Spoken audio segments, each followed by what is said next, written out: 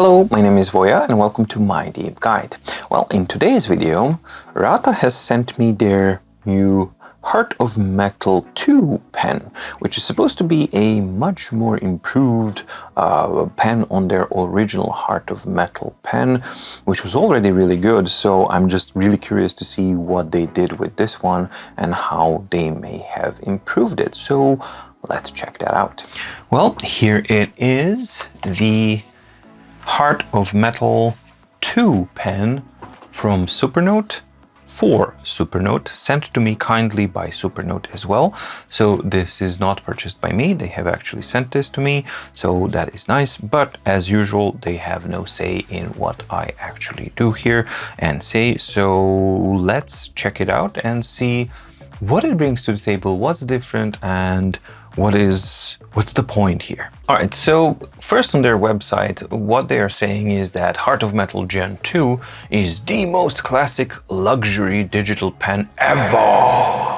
Okay, so what differentiates it from the Heart of Metal? Well, it's made out of high quality materials, superior craftsmanship, and the ceramic never replace nib. Although it's using a slightly more improved one, so different one, so that you don't have just a replacement inside, but more on that a little later.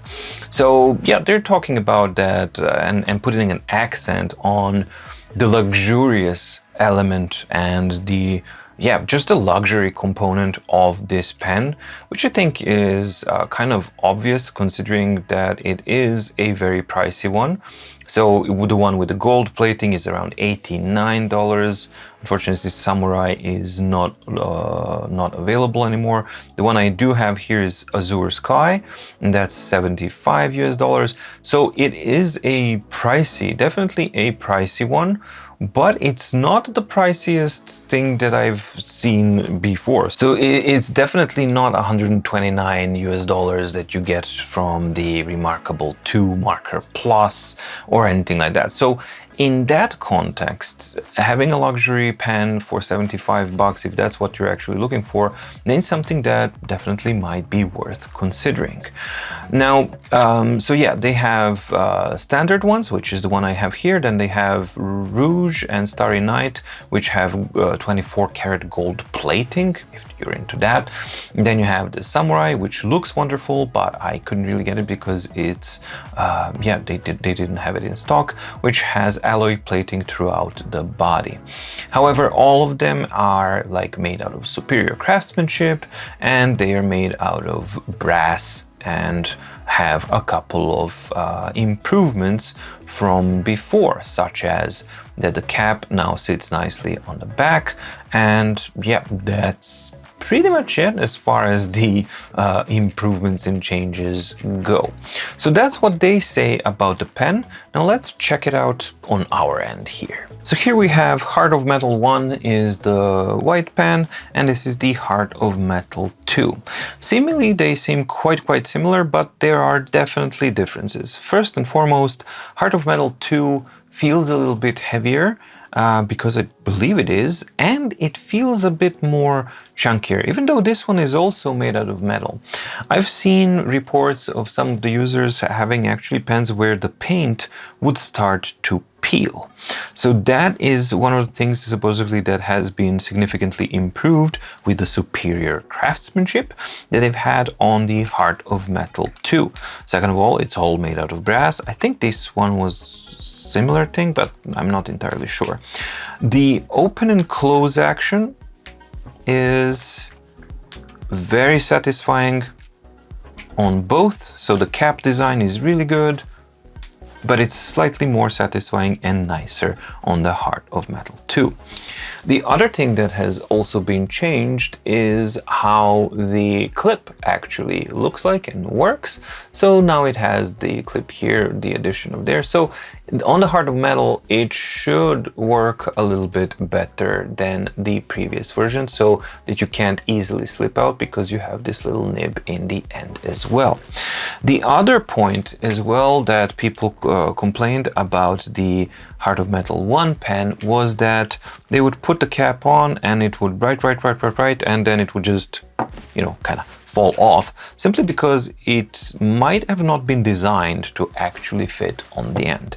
This has obviously been remedied on the Heart of Metal 2 with the design, because you can see that at the end we have this kind of different circumference, and while there's no real click on it, this feels a lot sturdier. So let's see. Okay, eventually it will still fly away. Let's see how long it took here. 1, 2, okay, immediately. So it took like, let's try and repeat it. 1, 2, okay, repeated. Let's do a third one. 1, 2, 3, okay. So 2 to 3 taps and the cover would fall off on the Heart of Metal 1. Same thing. 1, 2, 3, 4, okay, 3, let's see. 1, 2, 3, 4, 5, 5. So we have 3, 5. And this was about 1, 2, 3, 4, 5, 5 or 6, something like that. So while it hasn't been improved dramatically, and it's definitely not something that I would characterize as a solved thing, it has been improved. What would have solved it? Well, you see how you have this little satisfying click thing when you actually do it? There is no such design mechanism in the back. It's still just pressure held. So depending on how much pressure you put in, this cap is still going to fall and fly away.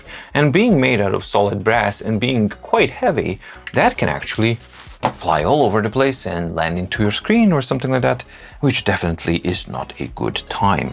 So as far as that improvement goes, I think they could have done a much better job, and it's not something that I would say like, tick, job done. So therefore, that cover, I wouldn't use it on the end, and even if it was super secure in the end, this is heavy, and this heavy thing is extending the pen on the end, and you definitely feel that. So I would not use that cover on my pen while writing, which is the same case with how I use the Heart of Metal 1. Now, when I use these two at the same time in my hand, I definitely feel quality differences between Heart of Metal, and I can see them. You can see that on Heart of Metal, this area where you actually are holding the pen is of a much nicer manufacturing and higher quality material than it was on the Heart of Metal 1. So this was kind of cheapish plastic, which was okay, but was not really that great. This feels a lot better, and it's a very nice area. And a perfect area where it would have been so nice and easy to actually place a button, like on a Lamy pen, for example.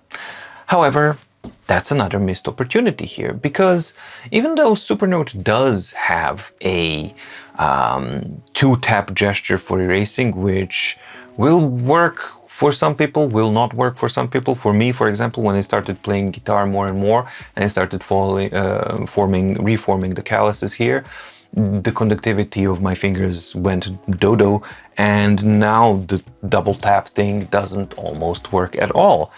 And on the Heart of Metal, I have no eraser. So this area here was an absolutely perfect area to include a discrete button, the exact same discrete button design that Lamy pen or Lamy pen is using, but they didn't do it. Why?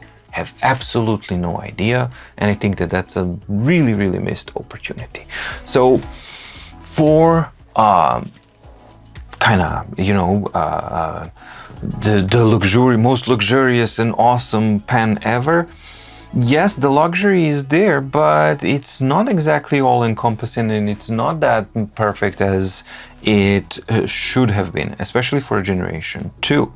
So not really flying colors here, even though it looks really good and really nice. And let's not make any mistake about it. This pen, when you actually just have it in your hand and you use it with without the cover on the back, and if you don't care about the button and you don't have callousy fingers, and the double tap, the double gesture works for as an eraser, the writing on it is really good. So let's do that.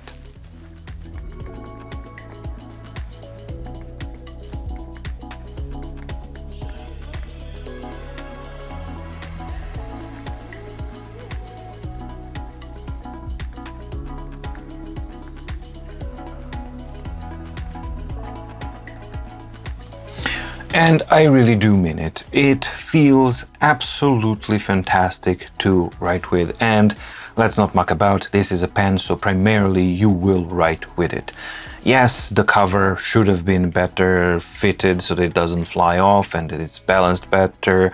Yes, I would prefer if there was a button so that I can use it there, but the primary purpose of it, working as a pen, it works absolutely phenomenal, especially in combination with the Supernote, because it's intended to be used with the Supernote because of that ceramic nib. Now, the weight balance of this pen is probably the best that I have ever felt of any other pen for any other EMR pen, definitely.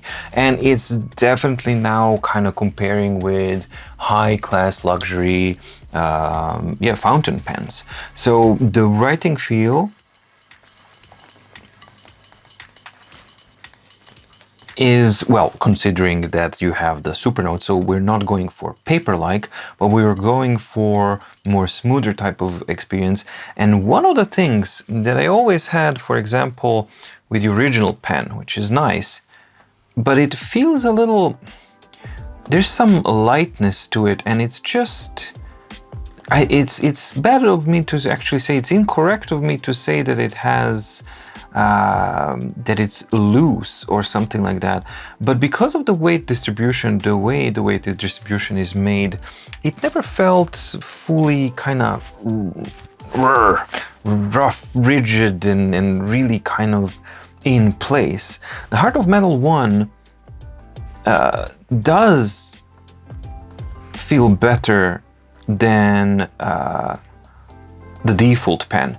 But when I switched to Heart of Metal 2, between these two, it's a giant difference. And I think that is that superior quality and the manufacturing, the materials, and the weight distribution that they are talking about. There's just, I think that the weight that it's actually pressing down, it takes less effort to write because of the weight of the pen, and the precision of it is really, really good. So all things together, it's a brilliant pen to write with. And definitely, if for anyone to think like, oh, it's just like a visual difference between the two, no. Actually, I loved the Heart of Metal 1 a lot when it got out, but honestly, when going in the hand, when going from Heart of Metal 2 back to Heart of Metal 1, this one feels almost like hollow and cheap and plasticky, and it's a really weird thing because until this one came out, this one felt amazing and it was like really awesome, but this is just a lot better than the Heart of Metal for a basic pen that doesn't have an eraser. So you have to keep that in mind. And also for a pen that has a ceramic nib, so that it has to be used on a device that is designed for it, for example, Supernote, or if you're going to use it on a hard glass surface, then you have to make sure that you have a screen protector of some sort applied, because the ceramic nib might actually, over prolonged time and use, cause some damage. So that's just physics 101. Ceramic, is it harder than the surface that you're writing on? So it's a good idea to have a screen protector on on glass devices and non-Supernote devices. On Supernote, of course, you don't need it because it already has their own dedicated screen protector that works and is designed to work with this perfectly, and it definitely feels like it. That being said, there was, Good e-Reader was reporting that they had a video out for this pen, which is, it's, I'm not going to comment on that. It's just not that objective, let's put it like that. And it's the least to do with the pen itself. They were focusing on something else. But they were, unfortunately, that video was riddled with misinformation, and especially in the comment section as well. They were like constantly saying, oh, we know what we're talking about facts. Well, you know, first and foremost, this is like the biggest thing, one of the biggest things was, oh, it's a super expensive pen that can't be used on any other device because of the ceramic nib. Well, that is factually incorrect, because as you can see here, MobiScribe, yeah, using a ceramic nib, the same ceramic kind of driver, the exact same ceramic driver that you can find in the old Heart of Metal. As you can see, those are the exact same driver, and this was a limited edition cement pen that was issued to be used with MobiScribe, and I used it on it and it was fine. The problem with it was that it was crap quality, so basically this top broke off and I can no longer use it because of that. But that notion that ceramic pen cannot be used on any other device and things like that, no, that's not true. You just have to actually take some precautions. So if you want to use it on a glass screen, put up a screen protector and then you can enjoy the everlasting nib on it and worry-free, completely worry-free. On plastic screens, it really depends what type of cover they have. So I would actually, on anything that's not a Supernote or a MobiScribe, I would recommend that you put a screen protector of some sort, and then you don't have to worry about a thing at all. The driver itself in the Heart of Metal 2 is also different. So you no longer have that whole thing that you can just kind of change the pattern. It's actually the whole driver is in here. And I don't know how that works, if that's a better or a worse thing. Definitely seems cheaper to maybe exchange if the pen kind of dies, to exchange that inner part than to maybe exchange this one. But I don't know what the prices are. Maybe the bulk of the cost of the pen is actually in here, not in the driver itself. So that remains to be seen. But these are definitely the differences between the two. And yeah, again, when I go back and forth between the Heart of Metal 1 and Heart of Metal 2, the difference is very, very noticeable. And it's most definitely in favor of the Heart of Metal 2. All right, so the Heart of Metal 2 pen. There's no denying that the build quality and just the quality overall of this pen, it's really, really impossible to deny it because it is a very, very impressive quality of the pen. However, is it the best writing experience and is it the best pen on the market out today? Well, no, I don't think so, simply because there's a couple of limitations for it and there's a couple of missed opportunities. The first one for me is, if this was already being remodeled and done to actually address this issue, then the security of it should be faultless and it should be a mechanical thing with a click, right? Same as it with a click here, right? That is exactly what we should have had on the back as well, because then you wouldn't have like a mildly improved situation, but it would be a dramatically improved situation overall. Second thing, I think it's a missed opportunity that we do not have a button here for an eraser or lasso or anything like that, because Lamy pen has it. So why not this one? Your ultimate pen should also have, and it's perfect. It actually has a perfect spot here to actually do this, but it's a missed opportunity there as well. And the third and final point is basically due just to the nature of a Supernote pen.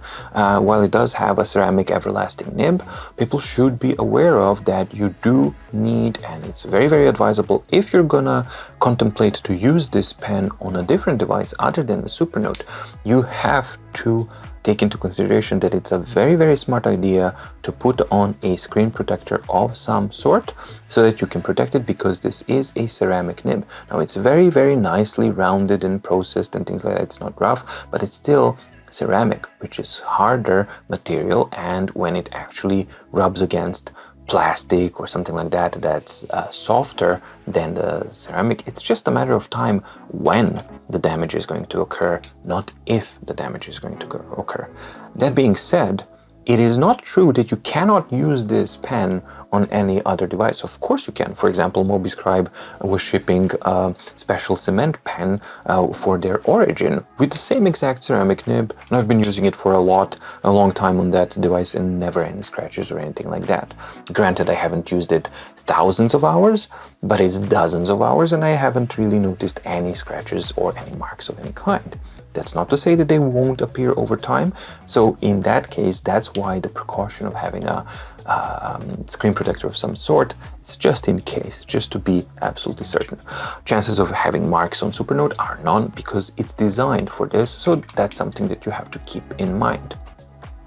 So my final verdict on the Heart of Metal pen, I think that it's a beautiful, gorgeous pen, and the quality of it when writing, not just in the hand, but all of it combined when writing, I didn't expect it to be that much of a difference between Heart of Metal 1 and then going on to a Heart of Metal 2. And as I described in the video, it's very surprising that Heart of Metal 1 now feels like hollow and cheaper, and the plastic is cheaper and all these things. It's just a completely different perspective. So yeah, this is a significant upgrade, and if you are okay with the limitations that are kind of imposed on a pen like this, and with the relatively high price point, it's not the most expensive one. It's still a lot cheaper than the Remarkable 2 pen, but you know, it's a different use case scenario, so you have to kind of keep that in mind. Then I think that it's definitely a really, really good pen. Is it a worthwhile upgrade from Heart of Metal 1 to Heart of Metal 2? Depends on your financial situation and your priorities. Absolutely. So if 80 bucks is something that you have to save up for, and you have, you know, credit bills to pay off or things like that, then no, you by no means should you spend 80 bucks on a new pen. But if you do have stuff saved up on the side, and you have, like, I don't know, 200 bucks in your savings for hobby and for, you know, kind of just gadgets to spend for gadgets, and you might want to upgrade. If the question is, are you going to feel an upgrade between Heart of Metal 1 and Heart of Metal 2? The answer is absolutely yes. And I at least felt way more than I was expecting it to be. Is it a pen that you should buy for any other system other than the Supernote? My answer would be no, simply because it's too limiting. I mean, you're not getting anything really out of it other than the sheer quality, because there's no button, there's no eraser, and there's a ceramic nib, which may not be the best thing for all of the platforms, and it's something that you have to kind of keep in mind. So this pen makes more sense for Supernote users, and if your question is, should I upgrade from a standard pen to this one, then yes, absolutely, the difference is absolutely huge, humongous. So that is something that should make you quite happy and you will definitely feel an upgrade. Question between Lamy and this, well, those are, you know, oranges and apples. They're not the same thing. One is a ceramic nib, the other one is a harder but plastic nib with an eraser button, so slightly different things, and I can't really compare them because they're completely different. Which one feels better? To my preferences, this one feels better, but I do like Lamy a little bit more because of the button and the sheer practicality. So to each his own. You have to make a decision of what are the priorities for your particular use case. Thank you so much for watching. I hope that you found the video useful, informative, or something of that nature. If you did, please like and subscribe, and ding the notification bell down in the description below to get notified when new videos come out on my deep guide. Also, if you like the work that I do, please do consider checking out the mydeepguide.com/shop, and you can find the My Daily Organizer there, which is your yearly, quarterly, monthly, daily, weekly organizer and journaling PDF document, really hyperlinked, organized, really good. Helps a ton of people. So if that's something that you might be interested in, then you can also check out the MDO or My Daily Organizer playlist in the description below. You'll find tons of information there that will help you decide, is MDO a product that might be the right fit for you or not. Thank you so much for watching. Stay safe, stay healthy, and see you in the next video. Bye.